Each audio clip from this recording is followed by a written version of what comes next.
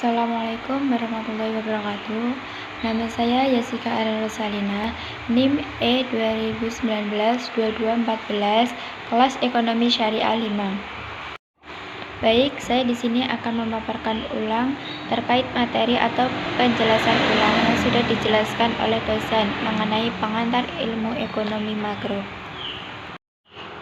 Definisi ilmu ekonomi menurut Adam Smith, ilmu ekonomi adalah sebuah cabang atau yang membahas dan mempelajari tentang tingkah laku manusia dalam usahanya untuk mengalokasikan atau mengolah segala sumber daya yang memiliki batasan penggunaan untuk mencapai sebuah tujuan tertentu. Pembagian ilmu ekonomi dibagi menjadi 3. Yang pertama,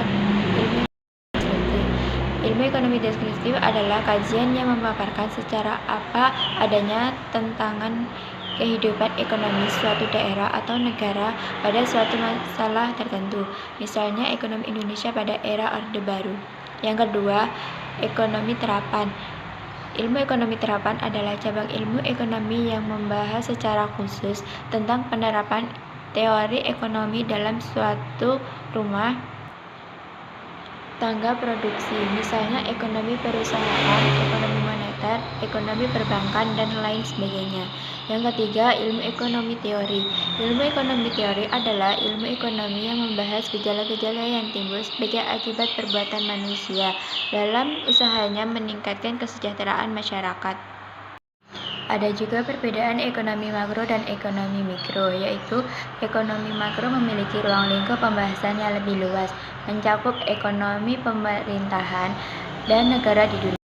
Sedangkan ekonomi mikro lebih membahas mengenai ekonomi perusahaan atau individu, termasuk studi perusahaan atau individu, termasuk studi tentang produsen, konsumen, penawaran, permintaan, dan pasar. Mungkin hanya itu saja yang dapat saya jelaskan memaparkan kembali terkait pemahaman yang sudah disampaikan oleh Bapak dosen. Kurang lebihnya mohon maaf. Wassalamualaikum warahmatullahi wabarakatuh.